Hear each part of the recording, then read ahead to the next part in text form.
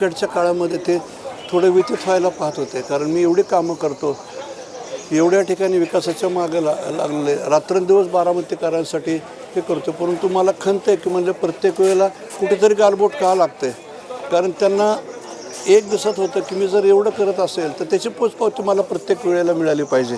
आणि त्याच्यामुळे त्यांचा अट्टहास होता, ध्यास होता की हे सगळं घडलं पाहिजे. परंतु जेव्हा ते घडत नव्हतं आणि अलीकडच्या काळामध्ये राजकारणामध्ये त्याला आपण म्हणतो ना की वेगळे स्वरूप प्राप्त होत असताना मात्र त्यांच्यासारख्या व्यक्तिमत्वाला ते सहन होत नव्हतं.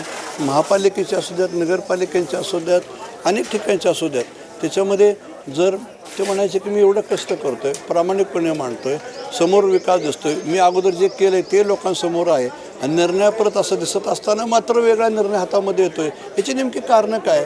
तर ह्याचं म्हणजे आत्मपरीक्षण मलाच करायची आता वेळ आली.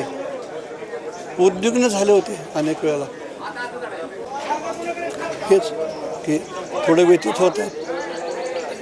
राजकारणाचा फार दिवस राहिले नाहीत. नको म्हणायचे की राजकारणातलं स्वरूप बदल जातं आहे, पहिल्यासारखं त्याच्यामध्ये आता प्रामाणिकपणा राहिलेला नाही.